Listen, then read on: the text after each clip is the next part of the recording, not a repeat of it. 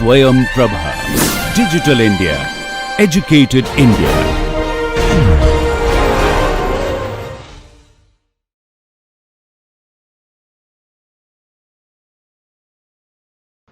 So what is the duty of herbivorous? It will feed on the grasses or it will feed on the plants. So they will eat all the plants. So another million year went. Everywhere all these herbs, they started eating herbivorous. They started eating the herbs. And after a million of years, the world there is no herbs and only herbivorous were there. And nature thought, Arey Babre, what is this? Initially, I created herbs and it has occupied my entire earth.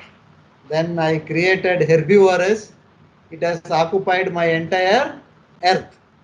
Then nature thought and it created another feeder called as what you call the animal eaters of herbivorous, carnivorous, right? You got it?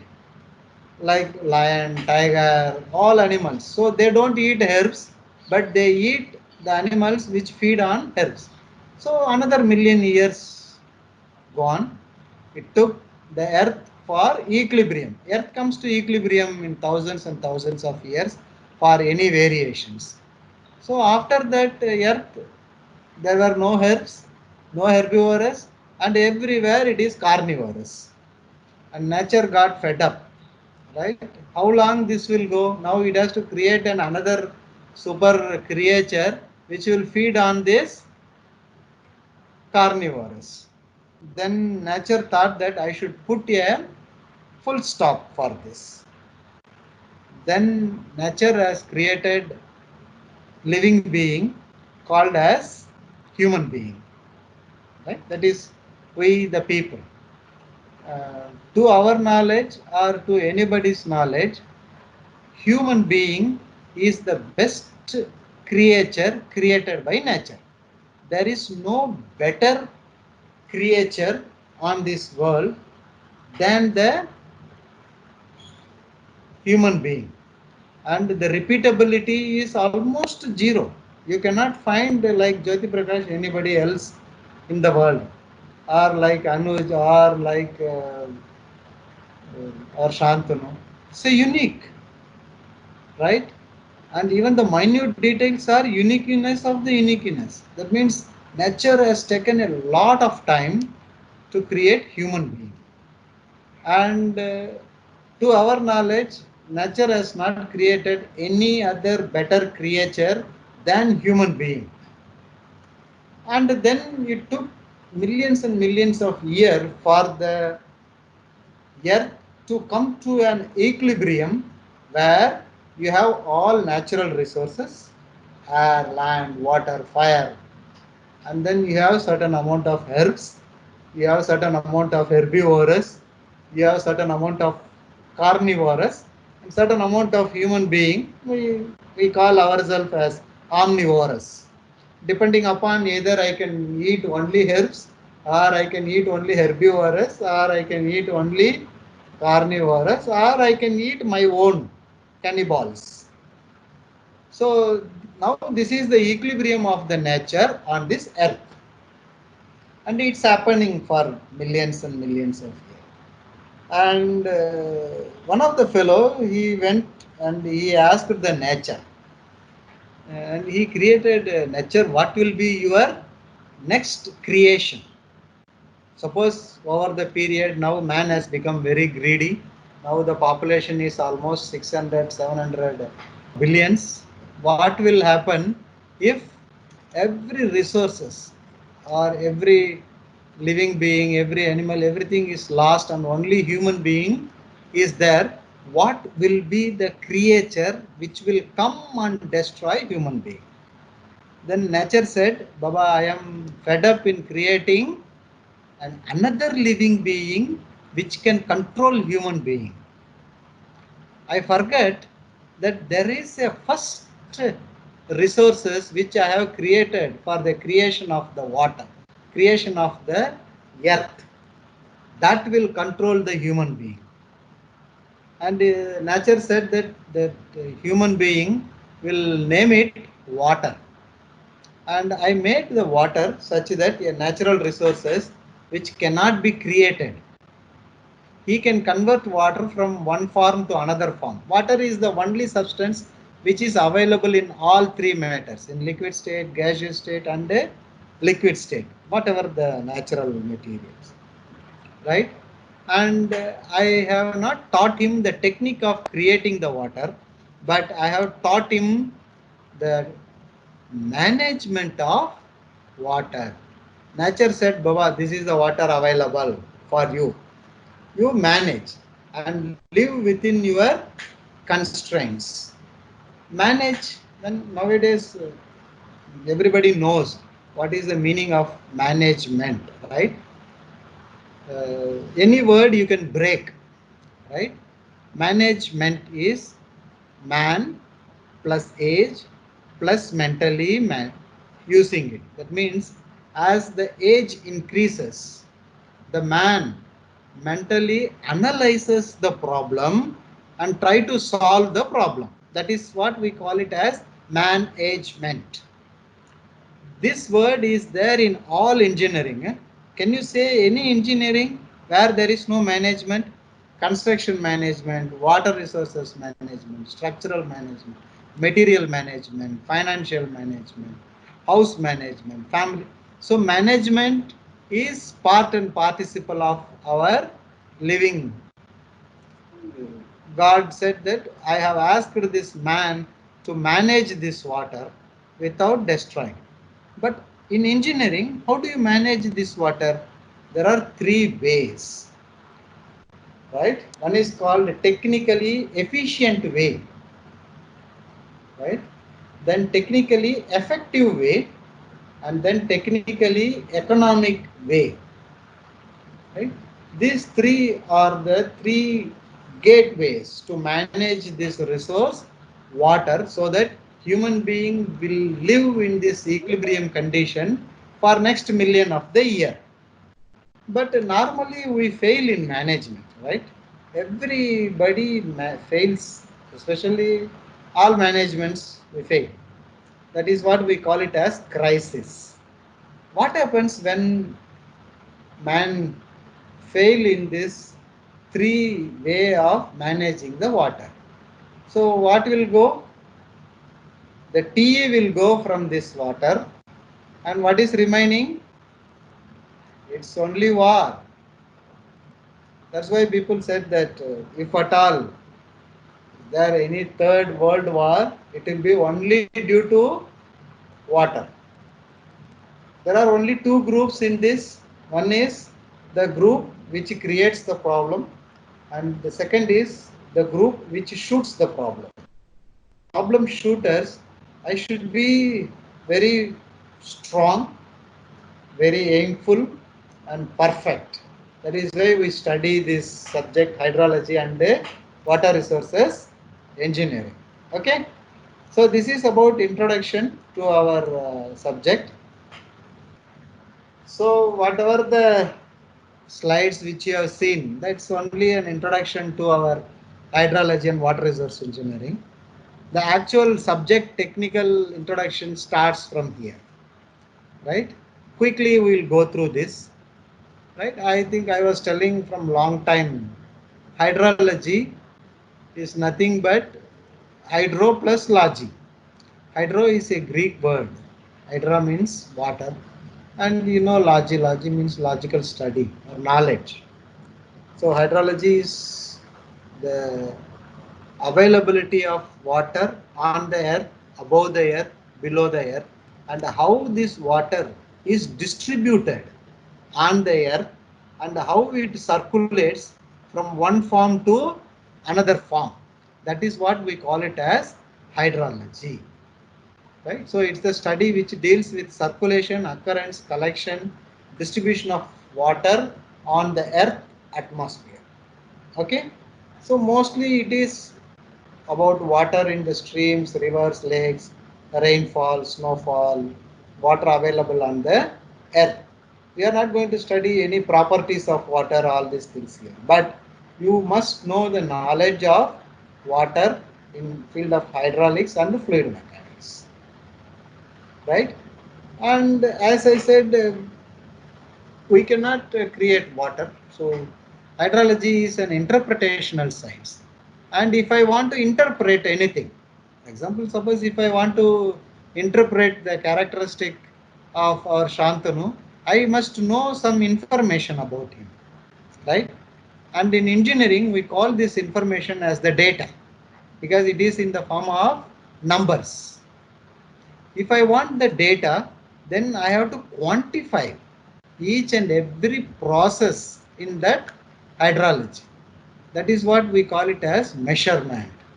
So then when I want to do an expert in hydrology, initially it started with a measurement subject. People started measuring how much is the rainfall, how much is the infiltration. You did double ring infiltrometer. It's a one process, infiltration. And then how much is the groundwater available, how much is the discharge flowing in there. So once I started measuring, I am able to make a series called as time series, because this measurement quantity varies with respect to time and space. So I started recording at a particular place, particular date, what is the quantity of that process, for example rainfall. When I have this longer length of the data, the mathematician in human being wakes up and he says, Arey, we have so much of data, let us analyze. Right? What we are going to get in analyzing, while analyzing a time series, I can understand the internal behavior of that particular process. For example, if I have a rainfall data for 5 years, I can analyze that statistically. What is the average? What is the daily rainfall? How the rainfall trend is happening. So once I am able to analyze the character, then I can develop any mathematical model to predict that process in future. That is how the subject hydrology has evolved from a simple observational subject to a measurement science, from measurement to mathematical time series analysis, from time series analysis to for betterment of human being. So I need to study the complete distribution of water from circulation occurrence, and this science is easily studied through a cycle called as hydrological cycle, right? What is hydrological cycle? It is the movement of water on the earth from one phase to another phase. The advantage of this hydrological cycle is I can study this at micro level or at macro level. In clear words, I can study the water availability in my village. I can study the water availability in my district. I can study the water availability in my river basin, in my state or in a river basin, or I can study water availability in a country or water availability throughout the globe. So that means the scale can vary from small micro area to macro area. Similarly, the time step can vary from few seconds to year, right? And this is about hydrology. And there are two hydrology we have. One is scientific hydrology and engineering hydrology. What we are studying, going to study, is mostly engineering hydrology, or also called as applied hydrology. I think I have given you the write-up outline about our course. In that I have given you a book by Venti Chow titled Applied Hydrology. Venti Chow is considered as father of modern hydrology, and his book is titled Applied Hydrology. Each and every hydrologist must read that book. Okay, so next time when you have a chance to go to library, please read that book, Applied Hydrology. Okay, so what does we are going to study in applied hydrology? Estimation of water resources, to study the processes such as precipitation, runoff. These are all various forms of water on the earth. And don't think that there is only two hydrology like your scientific hydrology and engineering hydrology. There are almost 10 to 12 hydrology subjects are there, because hydrology everybody study about water, right? From chemistry people to chemical engineering, material management, mechanical, everybody, right? Good example, you can see this, right?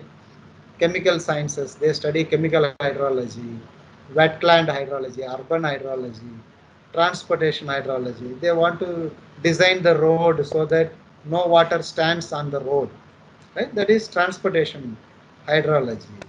Agro hydrology, agriculture. Geographical people study about geographical hydrology. Meteorologist, hydrometeorology, right? So many physics people, oceanography, right? Coastal hydrology. So that means hydrology is not our subject. It is everybody's subject, right? People say that the hydrological science started 1,000 years back, right? But in India, it is almost 2,000 years back the hydrology has started. Okay. So this is the history of hydrology from long time back, right? What was the problem is, this is what we call it as hydrological cycle. The movement, distribution of water over the earth. I said that millions and millions of years the rain has happened and it has filled the pits and we called it as oceans. And there will be a continuous process of converting water from liquid state to gaseous state, and that is called as evaporation. This is also a part of hydrological cycle. Once it is converted into gaseous state, the wind blows and wind takes this dense clouds from ocean to land side. And once it comes to the land side, due to various processes, we will study this. Various processes, these clouds will precipitate or will leave the water moisture on the earth. We call it as precipitation. And there are certain processes which also has called as sublimation. We will see what is this sublimation also. Once it falls on the earth, the water takes two directions. One is either it enters into the ground, that process is called infiltration. That is what you have done a experiment. Or it flows over the earth.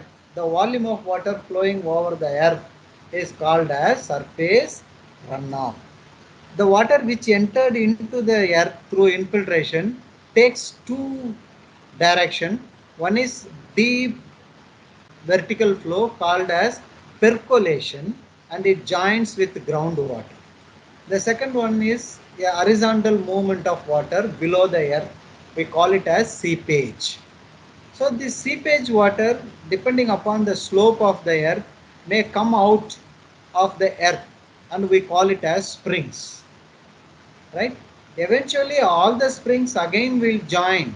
So the volume of water which has fallen on the earth, initially it flow as a sheet of water and 2-3 sheets joins together from two different slopes and take a third slope and we call it as stream flow. And stream flow is nothing but the volume of water flowing in a confined path. And finally all this stream flow will join to form a river basin, and then this river finally will join again with ocean. So this is a simple general hydrological cycle. All these people who studied from 19th century up to 1930s, right, up to our hydrological analysis, they thought that each and every, yeah, up to 1930, when first Sherman found that there is a connection between one process to another process, all other scientists studied each and every process individually, right? They assumed that each and every process are individual and they are not connected. It was only the Sherman who derived a relationship between rainfall and runoff in a graphical form called as hydrograph theory. After this, the science has picked up, and in another 25 years, Nash, a mathematician, worked on this hydrograph theory, and he got Nobel Prize, right? Then now mathematicians have developed various models which interlinks each and every process of this hydrological cycle. This is the simple, right? What we did human being here, this is natural cycle, right? Water moves in a natural way.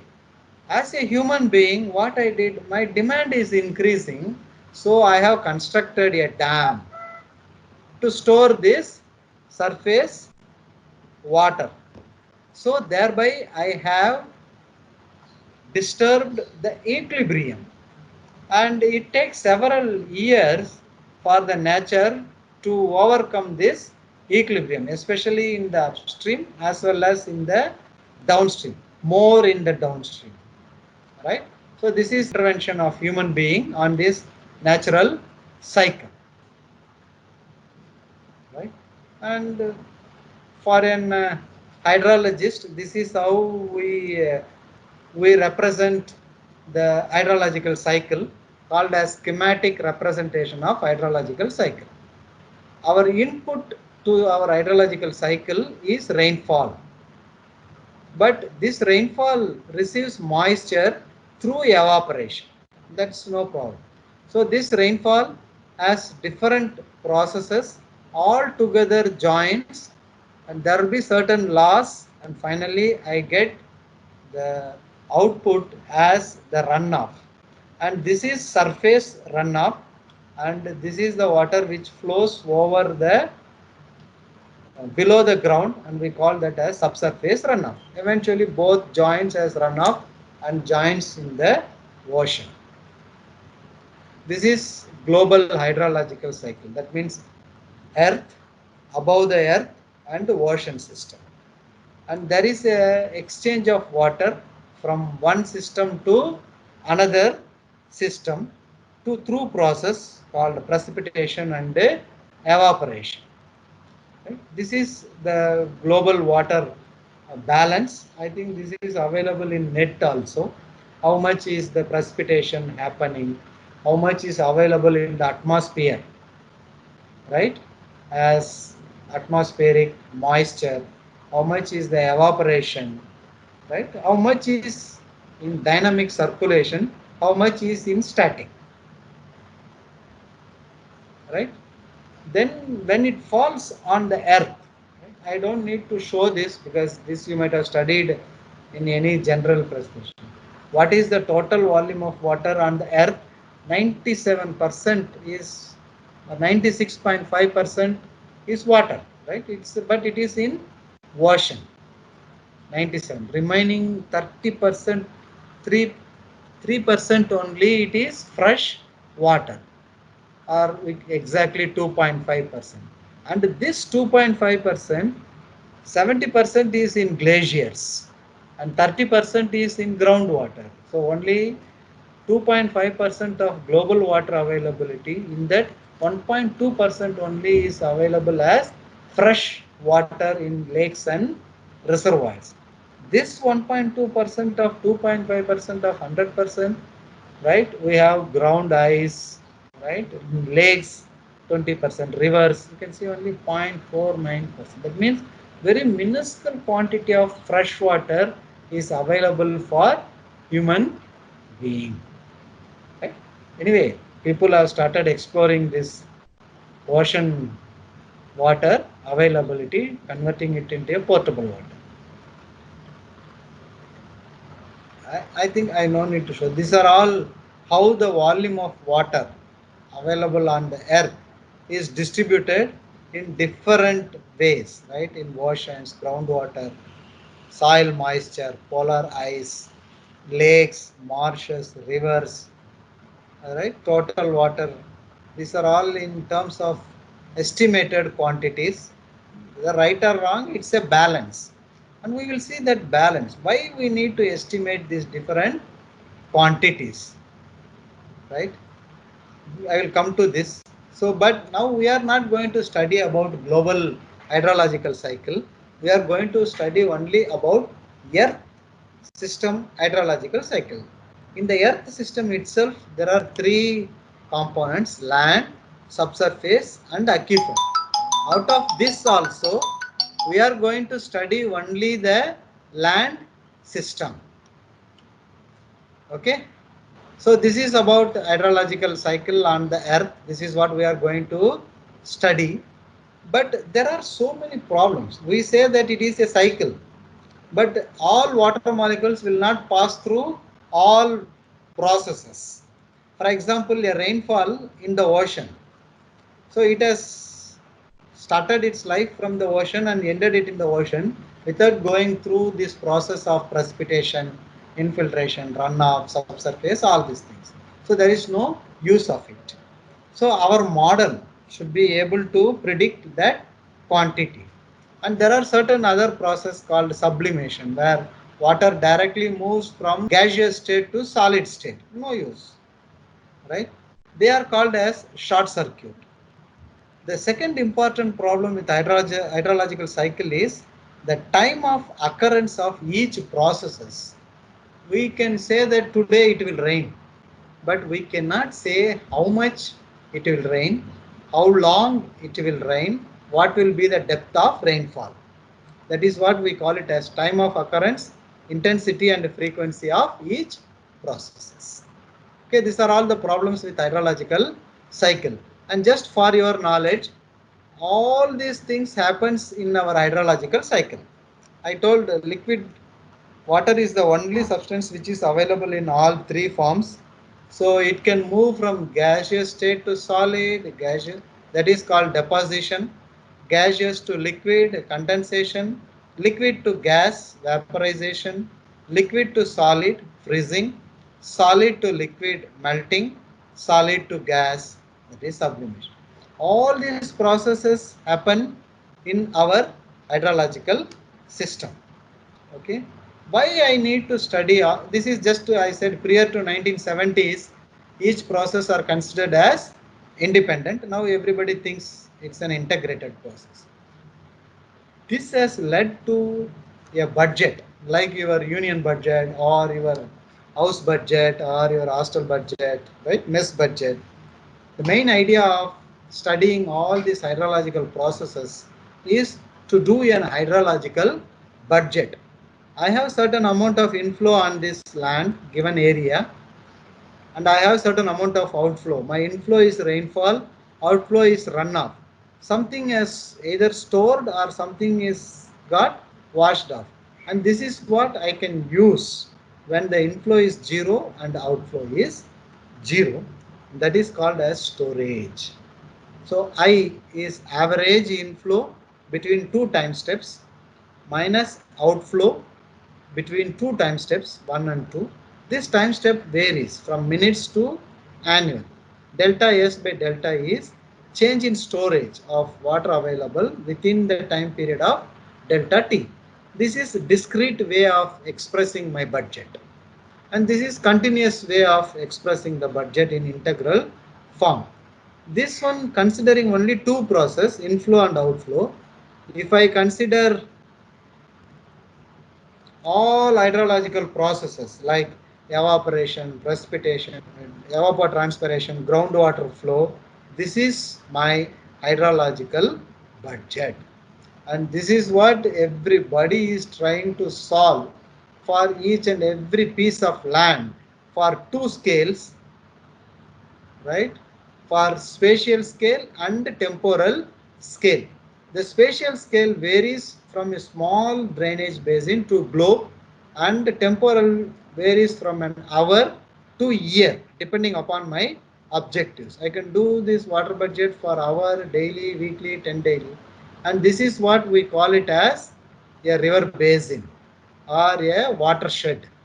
Watershed is a geological area where all the water falling in that area contributes to a common outlet or a common river that joins with the ocean is called as watershed. the line which divides, this is also land, right? This is also land, but there are two area arrow marks you can see. This is called as hydrologic ridge. Ridge is the peaks of the mountain which divides two river basins, right? So this is an example for our India's water budget, right? We have rainfall, snowfall, right? Coastal water, groundwater exploitation, everything, right? Altogether, please remember we have 4,000 kilometer cube of water on our Indian subcontinent.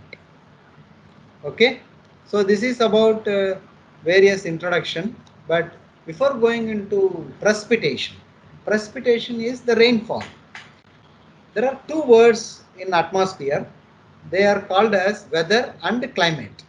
We call that science as meteorological science. It's not meteorological engineering, it's a science because we can just observe and predict. This meteorology has two words. One is called weather and climate. The parameters are same: rainfall, temperature, wind speed, right, radiation, everything.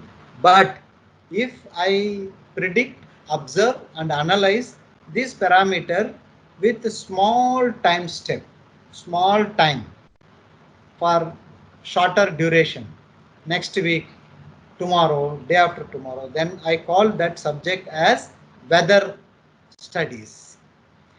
If I study the parameter already observed and predict it for longer time step, then that is called as climate. Climate change, what happens after 80 years. So the precipitation and all other meteorological parameters can be weather as well as climate. If the time step which I am analyzing is smaller, time step which I am predicting is smaller, that is weather. If it is for large period, it is called as climate. Okay. So precipitation is the first link between atmosphere and earth. I think I wind up here today.